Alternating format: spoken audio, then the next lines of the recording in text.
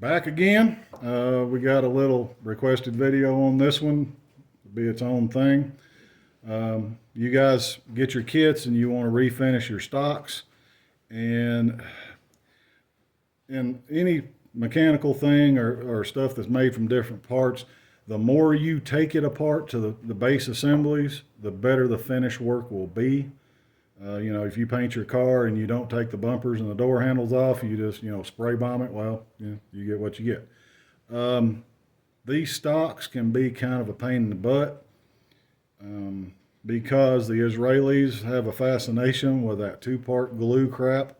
And if you got yours in and the trunnion was still attached with a pin in it, and you take the pin out, you catch the devil's own time getting the trunnion stub knocked off with a hammer. Well, usually what's entailed is they've squirted it full of glue, that two-part epoxy, and yeah, you're going to need a torch or, a lot of patience with a 5-pound hammer.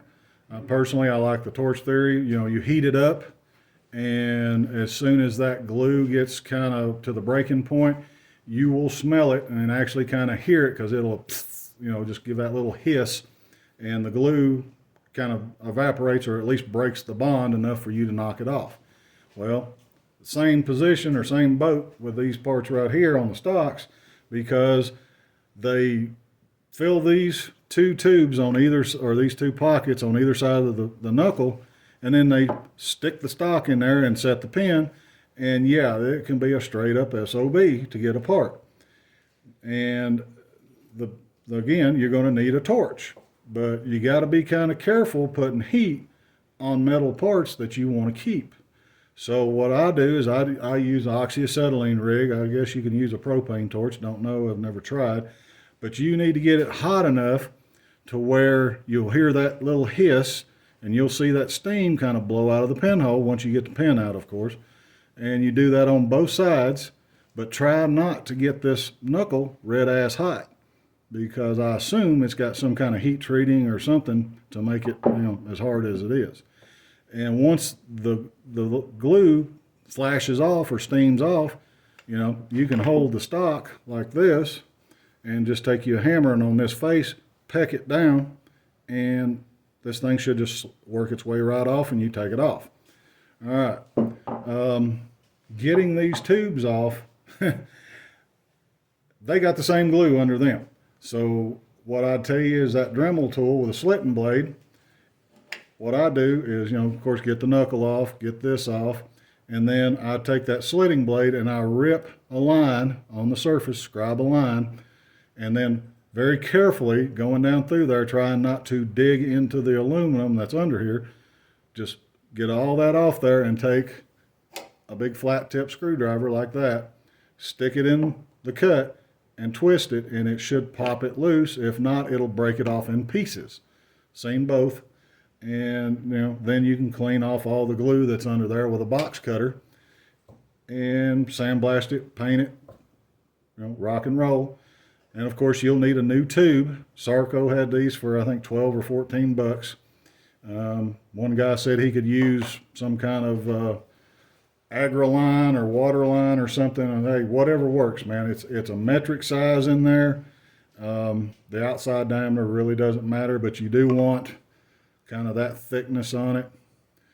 And of course, you need to drill that hole or cut that hole in there, because these blocks have a little divot on the top that sits into that and locks it all together.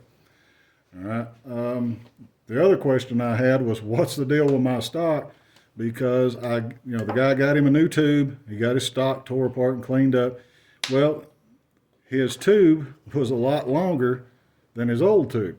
And as you can see, that's the situation we're in right here, because this stock has been broken and re-drilled and repaired. And the way I know that is this stock on the outside here still has the little aluminum inserts in there. And you see the little lines around here where they crimped them in place, and then they drilled the hole. Well, they put those there to reinforce the ends of this hollow tube.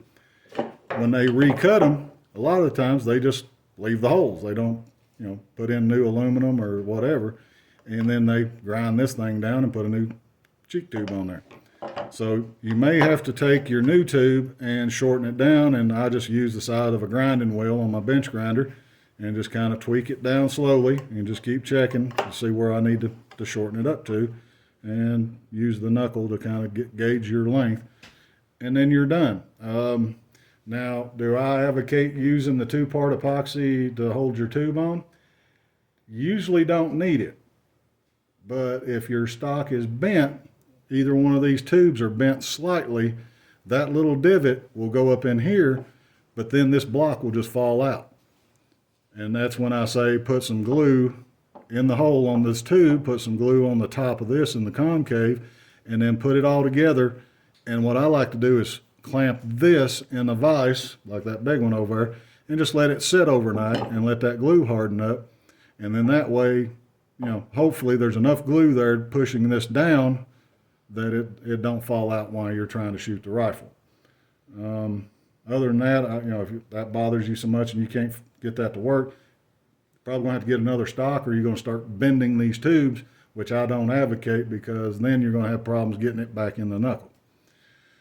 Other than that, I've used Cerakote, I've used Duracoat, I've used Gun Coat. No matter what you do on these, this bottom edge right here is always shined up, because if you got an ARM and the bipod's down, that's sitting on the bench. Well, the gun is rocking back and forth. Guess what? That's going to shine up pretty damn quick. It did it to the Israelis, and they too coated this. It was hard anodized, and then supposedly the paint they used was Emeron, which is more or less airplane paint. And they still had that problem, because as you can see, these stocks have been spray bombed 100,000 times, and they're still shined up right there and along these sharp edges here. Not so much on the tubes. This one here is pretty high mileage, but this one's in the same boat. It's just all shined up on that high spot. So personally, I have a place in town. I take my stuff down there and get it powder coated. It's pretty tough finish, and it's kind of thick, and it won't stay on there forever either, but it's better than any of the paint finishes that I've tried so far. All right, well, I hope this helps you guys. Oh, and the big thing is, if you don't take your stock apart and you paint this thing, good on you. But whatever you do, don't stick it in an oven at 200 something degrees, because these are actually Delrin plastic. It has a melt point, which is a lot less than what your paint cure temperature is going to be. And what you'll end up with, the stock will look good, except for the small problem of this thing and this melted and looking like a Dali clock painting. Okay? If you're going to paint it and cook it, you need to strip it down. If you're going to do some air cure or whatever, that's fine. But yeah, just be warned. You stick that thing in a stove, above, I think it's like 110 or 115 or something like that is the melt point on Delrin. You're going to get a mess on your hands. So you're warned. All right, next video.